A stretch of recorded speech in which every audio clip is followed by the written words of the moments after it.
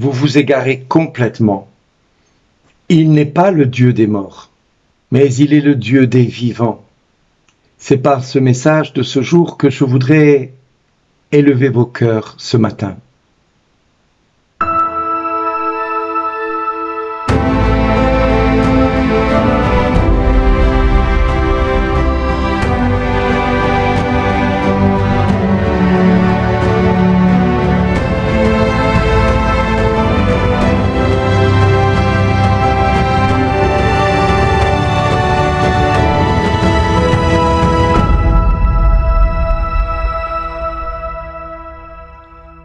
Bonjour les amis, aujourd'hui l'Église fête la Transfiguration et je ne peux m'empêcher de vous dire ma joie profonde d'entendre les textes de ce jour.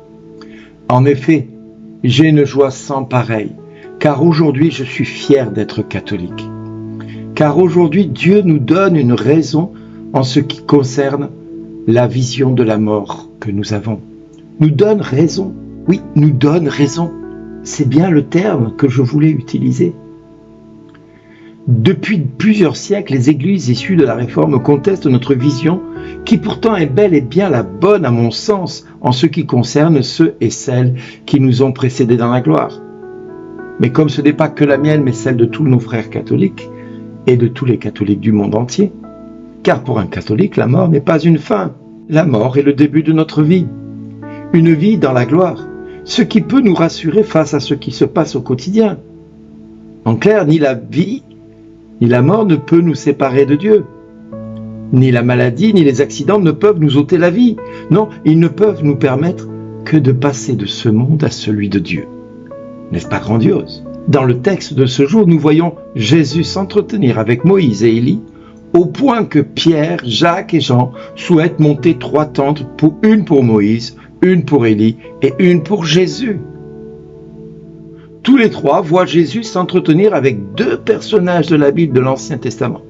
Moïse, dans l'échelle du temps, se trouve environ vers 1200 ans avant Jésus-Christ. Quant à Élie, lui, se trouve entre 927 et 850 avant Jésus-Christ. Ces 2 personnages sont bel et bien morts au regard du temps. En tout cas, ils ne sont pas vivants au sens que nous l'entendons, nous, aujourd'hui. En clair, plus mort qu'eux, il n'y a pas. Pourtant, Jésus ne trouve rien de mieux que de s'entretenir avec eux deux, des morts de chez morts. Ils sont bel et bien morts de chez morts, ces deux-là. En plus, il ne le fait pas comme nous pourrions l'imaginer, c'est-à-dire discrètement. Non, il se débrouille que Pierre, Jacques et Jean le voient faire cette petite discussion. Non seulement il se taille une petite bavette avec eux, mais il permet avec les apôtres que ces derniers n'aient pas l'impression d'avoir une vision comme un rêve. Non, les 3 compères sont bien éveillés puisqu'ils proposent de monter 3 tentes. Donc si je suis simplement basique et logique, si je prends cela au pied de la lettre comme une simple parole historique, Jésus prend la liberté de donner à ces 3 hommes de voir quelque chose que l'histoire devra prendre en compte plus tard. La mort n'est pas une fin. De plus, dans Marc 12, 27, il nous déclare qu'il n'est pas le Dieu des morts, mais le Dieu des vivants. Ce qui nous donne un deuxième argument pour dire à tous nos frères et sœurs issus de la Réforme que le Christ, sachant ce qui allait se produire dans le futur, nous a donné une raison supplémentaire de voir les choses autrement.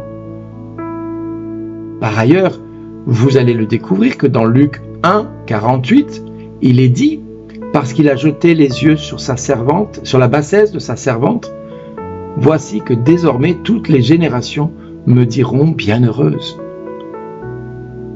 C'est un deuxième argument qu'il nous faut prendre en compte et nous dire quelque part que ce que nous pensons n'est pas si fou que cela. Marie, que l'Église déclare toujours vivante, ne se trompe pas en cette matière. Car pour nous catholiques, la mort n'est pas une fin mais le début d'une nouvelle vie. Et Marie ne pouvait pas être amenée à mourir comme chacun de nous, c'est-à-dire voir son corps être corrompu. Alors ça, c'est la foi de l'Église qui le dit, bien évidemment. Mais ce n'est pas forcément écrit dans les Écritures telles que. Sauf que les générations me diront bienheureuses, ça veut bien dire qu'elle n'est pas si morte que ça. c'est que les générations peuvent continuer à la dire bienheureuse. Et que tous ceux qui peuvent s'entretenir avec ceux qui nous ont précédés dans la gloire, eh bien ne sont pas si fous que cela, parce que la mort n'est pas une mort. La mort est le début de quelque chose de grand. Il n'y a pas de plafond de verre, que la vie de là-haut est inaccessible. Ceux qui nous ont précédés nous précèdent dans la gloire. Et donc, nous pouvons leur demander, puisqu'ils sont vivants en Dieu, d'intercéder en notre faveur. Et nous pouvons espérer voir Moïse et Élie continuer à intercéder pour chacun de nous, comme Jésus s'entretenait avec eux. Bien évidemment, il ne s'agit pas de les invoquer, de se rendre présents à nous. Non, ce n'est pas le but. Mais il appartient à Dieu de montrer à qui il veut, quand il veut. Et par exemple, il a donné à Pierre, Jacques et Jean, par sa simple volonté, le fait que Pierre, Jacques et Jean voient Moïse et Élie. Moïse et Élie ne sont pas venus à l'invocation de Pierre, Jacques et Jean. Mais par contre, il permet à ces trois apôtres de voir deux hommes bel et bien morts. De la mort que nous connaissons. Sauf que ils ne sont pas morts, puisque Jésus s'entretenait avec eux. Jésus qui était bel et bien vivant à cette époque-là. Et il parlait avec les apôtres aussi, puisqu'il leur dira, ne dites rien de ce que vous venez de voir. Pour dire, parce que c'est tellement impensable que Moïse et Élie se rendent présents, que personne ne vous croira, ils vous prendront pour des fous. Plus tard, ce sera le moment. Mais pour l'instant, il n'est pas le moment. Quand je serai ressuscité d'entre les morts, vous pourrez le faire. Mais jusque-là, taisez-vous. Donc, mes frères et sœurs, aujourd'hui, c'est une grande fête pour l'Église catholique. La transfiguration nous donne la joie de pouvoir savoir que tous ceux qui nous ont précédés dans la gloire sont dans la gloire de Dieu et ils ne sont pas morts. Et nous pouvons nous dire, eh bien oui, Seigneur, tu as permis à ce que tous ceux qui nous ont précédés, eh bien aujourd'hui, peuvent s'entretenir avec toi. Parce que toi aussi, tu es le vivant des vivants.